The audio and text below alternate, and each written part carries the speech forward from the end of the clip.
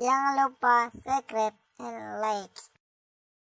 Sakalan taman bunga kemang batangke sakalan di atikle timang kaya tualang betul dengan rayungan nafsu iblis syaitan pergaulan kemaju berartimu tak pandang yang kamu pala si puja rayu, si bungang malu, rugah nabat.